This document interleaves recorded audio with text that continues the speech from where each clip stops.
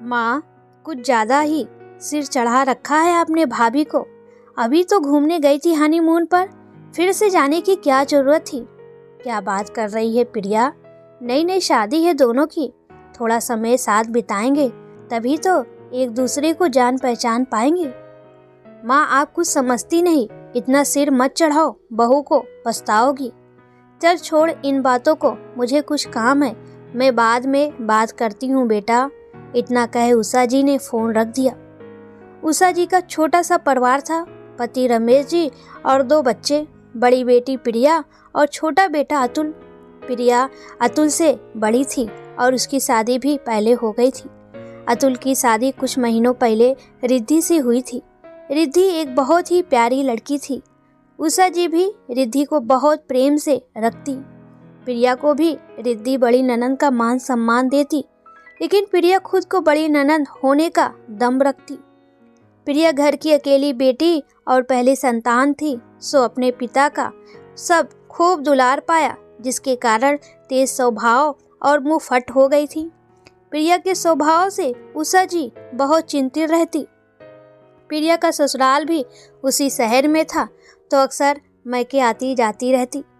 जब भी प्रिया घर आती, या तो अपनी माँ को उनके सास होने का एहसास करवाती रहती, एक ही बात बार बार कहती, माँ, सास हो तो सास की ही तरह रहा करो, इतनी छूट क्यों देना बहू को। वहीं दूसरी तरफ रिद्धि से पूछताछ शुरू कर देती, जैसे रिद्धि दिन भर क्या करती रहती हो। अगर रिद्धि कुछ बनाती तो उसमें नुक्स निकालने लगती।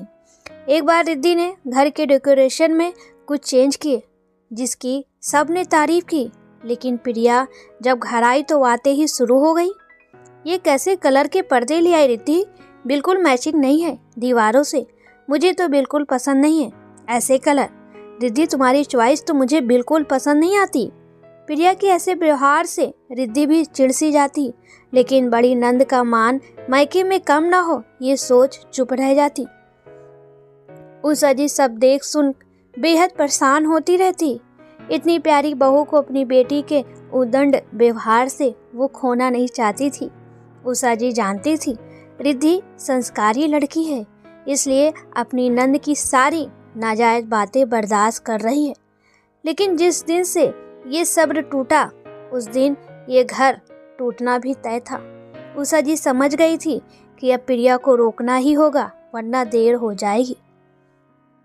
कुछ दिनों बाद अतुल के जन्मदिन का अवसर आया। रिद्धि बहुत खुश थी। शादी के बाद पति का पहला जन्मदिन था। सासू माँ से पूछा तो उन्होंने भी कह दिया, जैसे दिल करे वैसे जन्मदिन मनाए। खुश होकर रिद्धि बहुत मन से तैयारियों में जुट गई थी। उषा जी से सलाह कर सुबह सत्यनारायण की पूजा और शाम को कुछ करीबी रिश्तेदारों के साथ साथ अपने नंद को भी सपरिवार आने का निमंत्रण भेज दिया। रिद्धि ने जन्मदिन के लिए तैयारों में लगी अपनी बहू को अकेली परेशान होता देख उषा जी ने सोचा, अगर प्रिया को बुला लेती तो रिद्धि की थोड़ी मदद हो जाती। ये सोच उषा जी ने प्रिया को फोन लगाया।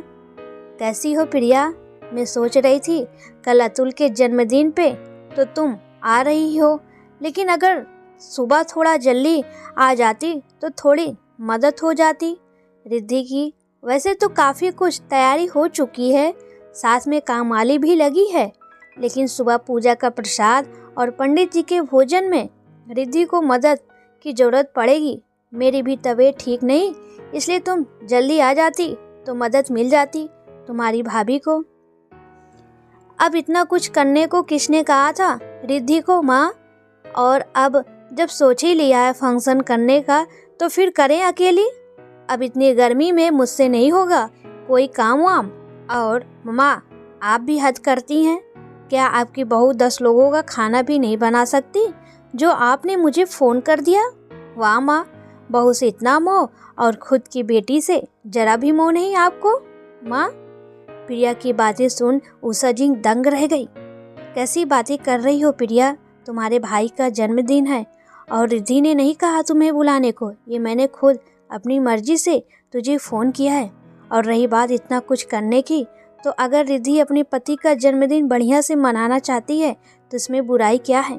और प्रिया अगर भूल गई हो तो याद दिला दूँ पिछले महीने जब तेरी सासू माँ हॉस्पिटल में थी तब रिद्धि ही थी जो सुबह शाम टिफ़िन भर भर के खाना हॉस्पिटल भिजवाती थी, वो भी बिना चेहरे पर सिकन लाए।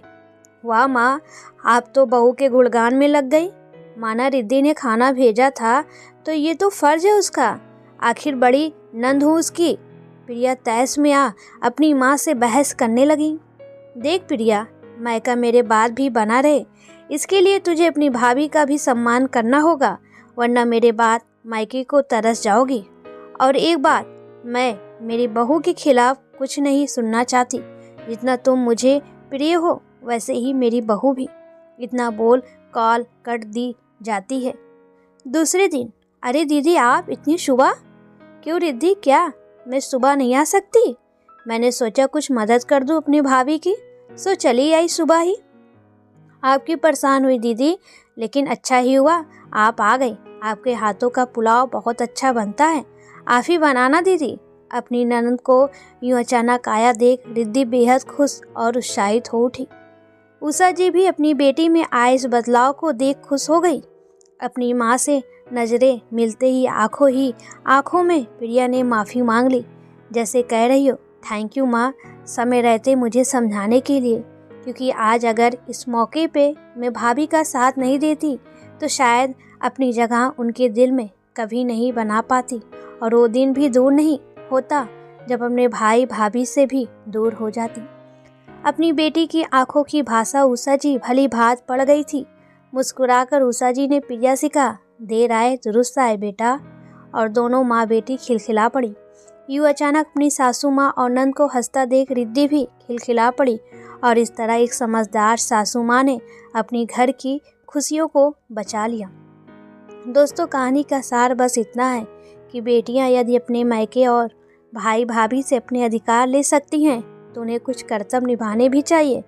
इन छोटे प्रयासों से ही नंद भाभी के रिश्तों की डोर मजबूत होती है, और एक बेटी का मायका उसके माँ के बाद भी वैसा ही बना रह जाता है। आशा है आपको ये कहानी अच्छी लगी होगी, तो कमेंट में ज़रूर बताएं।